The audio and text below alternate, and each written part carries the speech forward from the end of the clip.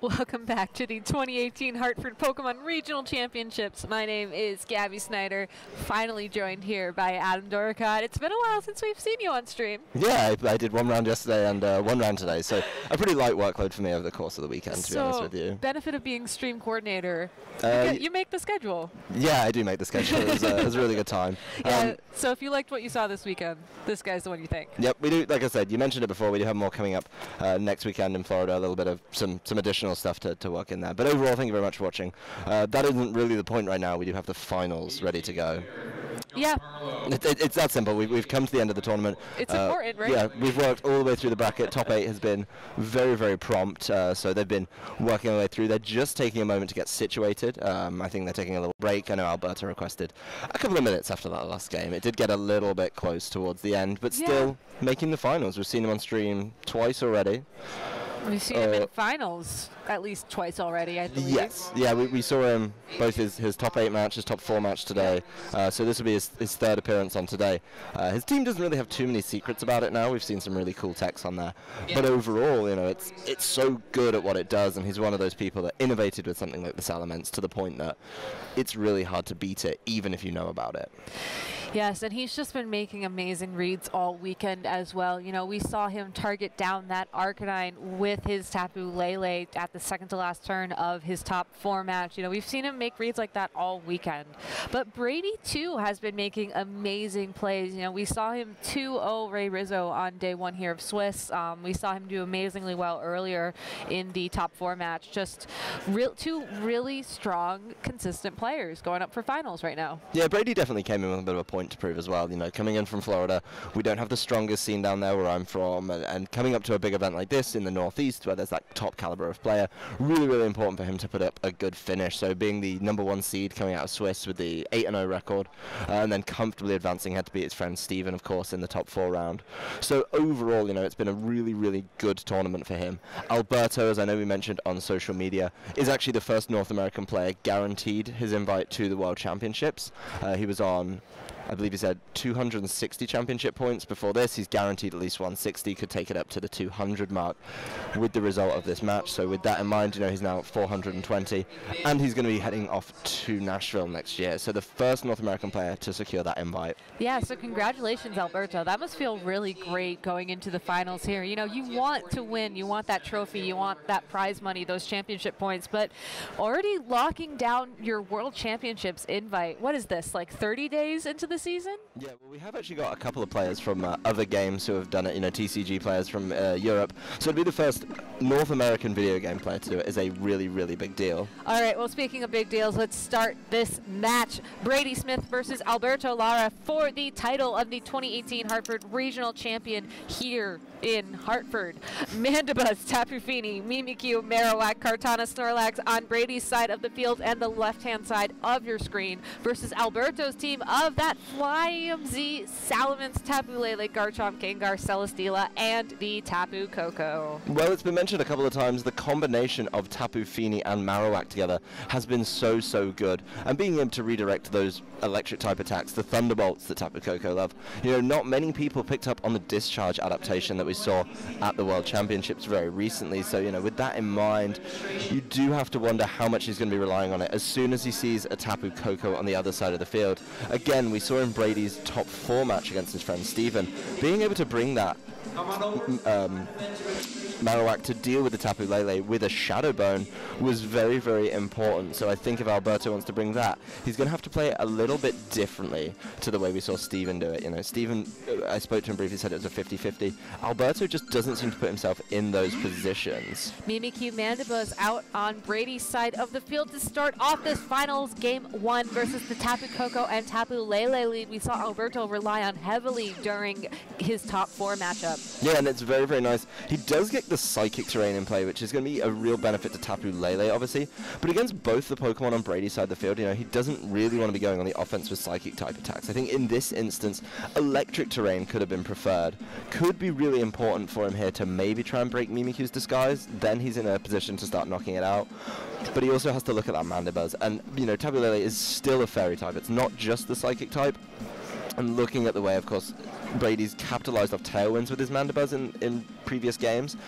That's something that could be important. I think a double target on the Mandibuzz and just take some damage from Mimikyu. Of course, Brady seeing that, making sure he plays it safe with the switch, in which Alberto had to be afraid of. Marowak comes out on the field with the Lightning Rod, but Tapu Koko using Sky Drop to bring Mimikyu up into the sky with it. Tapu Lele Moonblast into that Marowak to end this turn. Yeah, and I think very smart play there from Alberto. The offensive option was there, but he respected the potential Marowak switching from Brady. So when that did come out, he didn't get caught out by it. He is going to be able to drop the Mimikyu and bust its disguise.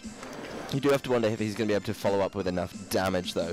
Of course, Marowak's going to be in a good position here to potentially Shadow Bone the Tapu Lele, maybe try and hit the Tapu Koko with something big and deal some damage. I don't really think Alberto is going to be able to avoid that right now, but he just needs to make sure it's on a target that's preferred for him. I think getting rid of the Marowak early could be good, and to do that, Alberto's going to have to shuffle his board a little bit. Nobody switching out this turn. Mimikyu returns to the ground. That Tapu Koko dropping it and busting its disguise in the process. And the first Z move of the game is coming from that Mimikyu. We see the Ghostium Z dance. Is it going to be that never-ending nightmare, or will it be a Z Destiny Bond? Yeah, you do have the option, of course, when you play the Mimikyu. Z Destiny Bond, Brady's choice in this one, knows how important the Marowak is, wants to keep it around. So the Tapu Lele, not given the option to Moonblast and try and do a little more damage to the Marowak, does go straight for the Mimikyu, which clings on. Yeah, Mimikyu holds on with just 4 health points. Flare Blitz from that Marowak into the Tapu Koko and gets a knockout. Yes, getting rid of that Tapu Koko means Marowak's done its job not only in checking it, but being able to deal with it and remove it from play. That means when the Mandibuzz comes back in, it's probably feeling pretty safe now. One of its big threats has been removed. That gives him the option to set up a late game Tailwind, but with these switching of Gengar from Alberto, he has the 2 quickest Pokemon on the field, so very, very quickly, potentially able to take some knockouts. And if anything comes in, both of these Pokemon on Alberto's side are so offensive. Tapu Lele been doing so much damage with these Moonblasts. Gengar, known in so many years for its ability to just deal big damage. That Mimikyu, though, it did just use Destiny Bond. If it were to use Trick Room this turn, it could potentially take something down with it if it is the target of an attack. Tapu Fini first going to return to the field, or show up on the field for the first time in this game, bringing with it that Misty Terrain. Gengar with the Shadow Ball to attack Mimikyu for the knockout.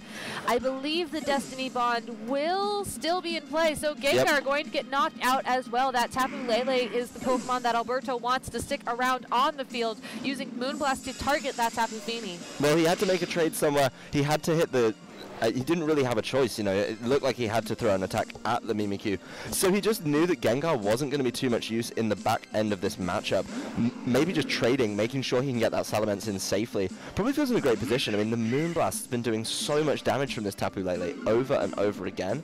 The one thing to note, though, is that Mandibuzz is finally going to be able to activate its Seed. Getting that boost to its special defense means those Moonblasts are a whole lot less threatening. That may change the targeting options from Alberto. He may try and go after it with the Salamence, which of course hasn't been intimidated, so it's going to be doing a whole lot of damage. We saw it take out an opposing Salamence in the previous game. You know, he hasn't blown his Z move yet. He still has it, but his targeting has to be so on point. Mandibuzz not one of the Pokemon known to bring Protect as well, so Salamence happy here to activate that Fly EMZ Crystal and use the Supersonic Sky Strike to target down one of these Pokemon on Brady's side of the field, with the Moonblast almost certainly going to knock out that Tapu Fini. Salamence crashing into the Mandibuzz. Well, he has the option to throw 2 attacks at it. If he knocks the Mandibuzz out, of course, it will redirect. It doesn't get the knockout, but Tapu Lele following up very quickly with a Moonblast into that slot. He's clearly now comfortable enough. Once he's removed the potential Tailwind from Mandibuzz, he's able to clean up this game with Tapu Lele. Tapu Fini, though, trying to do its best to hold on for at least one more turn, using Calm Mind to boost its special defense and special attack by 1 stage. Both these trainers are down to their last 2 Pokemon here in the Masters Finals. Yes, but Marowak is going to be very slow, and it's taken so much damage from its previous stint on the field. That Flare Blitz recoil really adding up. Both the Pokemon on Alberto's side are going to be able to pick up knockouts on this Marowak. Unless he does something crazy like double target into a Protect, he's in such a good position. That Tapu Fini, once the boost to its special defense, maybe make it possible to take that Moonblast. It's going to be very close, of course, after those changes. But, you know, he could then just attack it with the physical attacks from the Salamence and just tidy up the Marowak with this Tapu Lele. Of course, we did see Brady reveal Perish Song, so if he can get some smart targeting or maybe some protects, that's a potential out. But both his Pokemon being so weak against Alberto's pairing here, such a uphill struggle for Brady. Detect from that Marowak. Salamence taking to the sky with Fly, going to remove itself from damage this turn, and Tapu Lele attacking into the protecting Marowak. Moonblast, though, from the Tapu Fini targeting the Salamence that had left the field. Yep, Salamence doesn't want to get caught by any attack, so it gets out of the way, and looking like it's going to be targeting down that Tapu Fini because of the boost with Calm Mind. Alberto not comfortable enough that he was going to be able to get the knockout with the Moonblast. Marowak going for the double detect, did not get it. Fly to knock out the Tapu Fini, and a Moonblast from that Tapu Lele should be enough to wrap up game one here of finals in Alberto's favor. He's just one win away from claiming that regional championship title for yet another time. Well, Alberto as well, just showing off a move. Now, to be honest, there is a tale, a very old tale from the Pokemon community of a flying dragon type using Fly. This coming up on 8 seasons ago now. This was the 2010 season.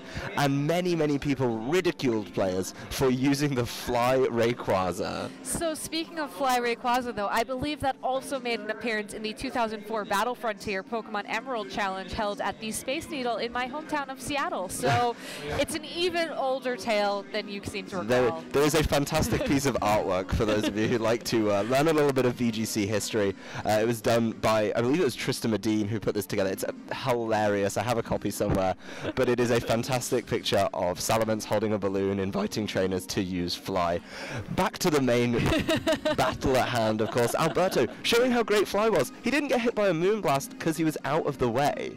He was, and that's something that's been working out so well in Salamance's favor. You know, we're joking about it now, but Salamence, Fly is an amazing physical type flying move. It doesn't have the downsides of Brave Bird where you take some damage in recoil. It's not something like an Air Slash, which, I mean, I don't even think Salamence gets that move, but it's a special move, and I guess it has a chance to flinch, but it just really gives Salamence a very interesting option that you don't normally see. Well, it's different now because, you know, last time we saw Salamence, it was the Mega Salamence that had Aerial 8, so you could pick anything, in most people's case, Hyper Voice. But still being able to capitalize off that flying type is something that in previous formats, Salamence hasn't actually been really good at. You know, I've seen people use even Hidden Power of the flying variety. And with that in mind, just seeing how well Alberto's capitalizing on its secondary typing, because it's so hard to use the Dragon type effectively, with I mean, you've got all the fairies, you've got Misty Terrain coming out, you just have to look at it a little bit differently, and Alberto has been a really big fan of this, and it's worked out for him so well. And Brady definitely going to have to make some adaptations, but if you look down his team, there's really not much that's going to take a Supersonic Sky Strike comfortably. There isn't. He has the option of Tailwind and also Trick Room with that Mimikyu and that Mandibuzz, which we see the Mimikyu take the field as its lead paired with the Alolan Marowak, but Alberto did such a great job of stopping the threat of the Tailwind and really the Trick Room in game one. This Salamence and Gengar threatening both of the Pokemon on Brady's side of the field. Definitely an uphill battle from turn one. Yeah, I think it's really curious to, you know, look at how this one works out. There is the threat of Mimikyu going for that Z Destiny Bond again, letting its disguise get broken, and then, of course, you know, following up and knocking out whatever goes for it. And you really, I think if you're Alberto, you really don't want your Salamence to go down because it's been so important. Of course, Gengar would be moving first. It's a faster Pokemon, so he has to be careful. Yes, he could knock it out, and it could be a good trade. But he can't leave it alone. This is the problem, I think, with this Mimikyu on the field. You know, the Gengar's so important with 2 Ghost types from Brady that he has to be careful. And it looks like he feels like he may be able to actually get a Tailwind in play. Shadow Ball from that Gengar, going to target the Mimikyu to bust its disguise. That Mandibuzz that we saw from game one on Brady's side of the field making a return in place of the Marowak. And Alberto going straight for that Supersonic Sky Strike from turn one. Big question here, though, did it target down that Mimikyu? Yeah, the targeting here is really going to dictate the next couple of turns for both of these players. It's so important to get the damage down, and he's making sure he gets the damage out of it early. He does take to the skies and go for that Mimikyu, which hasn't got a Z Destiny Bond in play, so he could get rid of it.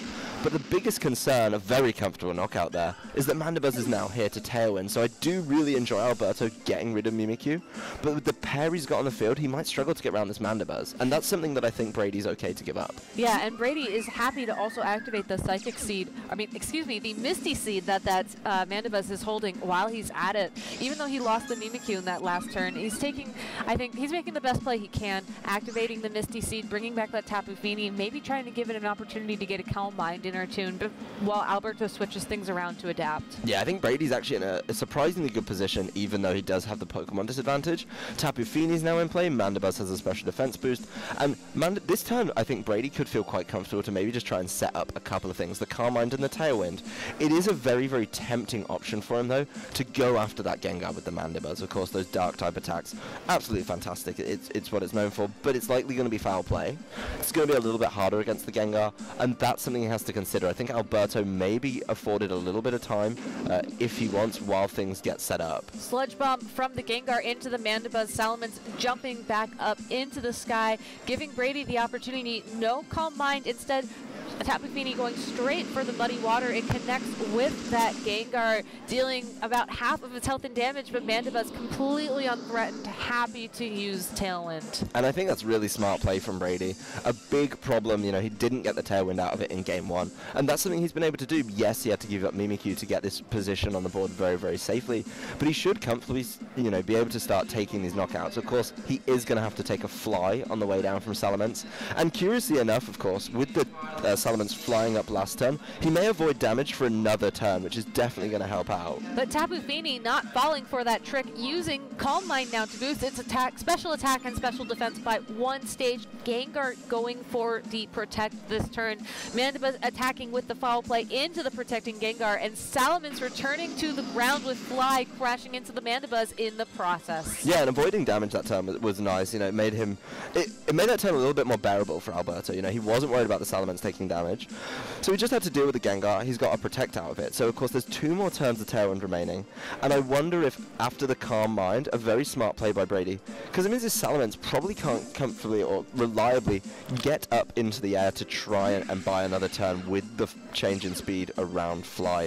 The Moonblast and Foul Play combination could be a really, really big problem here for this Salamence. Tapu Koko returning to the field for this game 2 as Salamence uses Protect to avoid damage from Tapu Fini's Moonblast this turn. Mandibuzz going for the Foul Play into what was a Gengar and is now a Tapu Koko for hardly any damage. Yep, very smart play there to bring in the Tapu Koko. Knowing that Foul Play is the offensive move of choice from Brady's Mandibuzz means he's not going to take too much damage because of the typing and it not being very physically offensive. Really, really smart play. So he's guaranteed to keep Tapu Koko around now until the end of Tailwind. All he has to do is protect it. Then it'll be there when the Tailwind expires and he can stop the next Tailwind. Of course, he does have to be a little bit careful. No Protects though, so maybe reading into Brady, reading that and just not targeting it. Moonblast for the knockout on the Salamence. The Mandibuzz going for Roost to bring its health back up to a nice, comfortable amount, maybe even enough for it to use Tailwind again next turn after it expires. Tapu Koko, though, using the Nature's Madness to deal half of its health and damage to that Tapu Fini, and there the Tailwind has just expired. Yeah, well, of course, Alberto respecting the potential coming out from Brady's side of the field, which is that Marowak switching. That's something he's very, very conscious of and playing very smartly around. I do enjoy this Tapu Lele coming in because it does mean that this Mandibuzz can't feel too safe at all. He knows that he's going to be able to hit it with Moonblasts. He does have to find a reliable way through this Calm Mind boosted Tapu Fini though, and with 2 special attackers on the field and 1 in the back, Nature's Madness is a really good way to do it. Lowering it to half makes it a lot more manageable. He just has to make sure he can deal enough damage, and not being able to do it with an electric type attack from his Tapu Koko because of the threat of the switch in is a big deal. It looks like Nature's Madness is what he's sticking with what he knows can work. Nature's Madness dealing damage to that Mandibuzz, but with the Moonblast, will it be enough to knock it out before the Tailwind? And Mandibuzz is knocked out. So Tapu Fini left standing to get 1 attack in before Marowak returns to the field. It's going to be a Muddy Water connecting both with the Tapu Lele and the Tapu Koko. Gets an accuracy drop on the Tapu Lele. Well, this is what I'm very interested in actually from Alberto's side is, how comfortable he feels against these Calm Mind boosts. He's in a really good position position. He's got Brady down to his last 2, and without the Tailwind, Marowak's going to really struggle, of course. He could just ignore the Tapu Fini, looking like he's going to be able to take that comfortably again. He's going to be moving first with all of his Pokemon now, so he just needs to make sure he picks the right targets. That's what Alberto has to do. It's very, very simple for him to do that. Just got to be careful about it. You know, make sure he doesn't fall for anything silly. But, you know, the accuracy drop on Tapu Lele could be a comeback mechanic for Brady, could really be something that helps him out if a couple of Moonblasts miss. We know about this Tapu Lele being locked into it, and Moonblast isn't going to be doing that much damage to Marowak because of the fire typing, so just has to respect that, probably needing a Nature's Madness and a Moonblast to get there. At this current juncture, though, he definitely just wants to switch out. Yeah, not wanting to risk any attacks missing from that Tapu Lele. Gengar takes the field in its place. Alolan Marowak with the Detect to not take damage or not be lifted up into the sky by this Sky Drop. And Tapu Fini not going for an attack, instead boosting its special defense and special attack yet another stage with a Calm Mind. Well, this is a comeback mechanic for Brady that is a slow one, but it's certainly going to help. He's now got 2 stages of boost special defense. So yes, Gengar's going to be able to hit it with a Sludge Bomb, but it is going to be a little bit harder, I think, for him to deal that damage. You know, Tapu Koko is here just to help out, buy some time. You know, the Nature's Madness have been so good from Alberto, and, you know, just trying to get rid, of course, of that.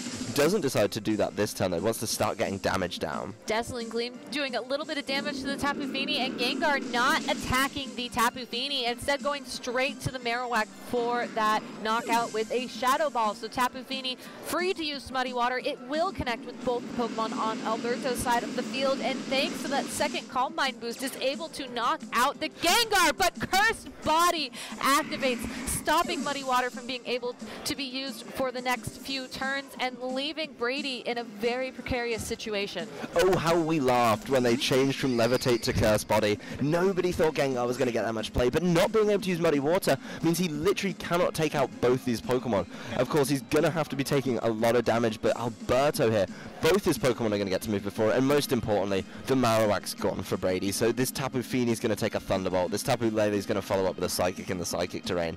You know, there's really no way out, and Alberto just putting on an absolute clinic in this final round on exactly how to play this one out. Well, Tapu Fini going to stall out for at least one turn, perhaps trying to see if waiting out the disabled Muddy Water could be an option, but with the Thunderbolt and the Psychic from that Tapu Lele into the Tapu Fini, I don't think that's really an option here. Yeah, we actually saw Alberto go for the Dazzling Gleam, which is very, very interesting indeed, seeing him, you know, go for that instead, of course, of something like the Thunderbolt. But, you know, a comfortable Psychic from this Tapu Lele is enough, and Alberto is going to be a Hartford Regional Champion. Yeah, so congratulations to Alberto, not only earning his Worlds invite today, but becoming the Hartford Pokemon Regional Champion as well in just several amazingly well-played sets. Yeah, both of the games in that were very, very clean, actually, very, very tidy. And I think he knew that team inside and out. It's something he's been working on for a long time. And with that in mind, you know, you wonder how he uses something like Flyinium Salamence. And it's just very, very easy to use it once you've learned your way around the matchup. Definitely. You know, we talked to him a little bit about the choice of Flyinium Z on that Salamence yesterday. I think it's time we talk to him again, maybe get his feelings about what it's like to be qualified for the World Championships, what it's like to add yet another regionals winner brick to his collection. So we'll be taking a short break, and we'll be back with that interview real soon.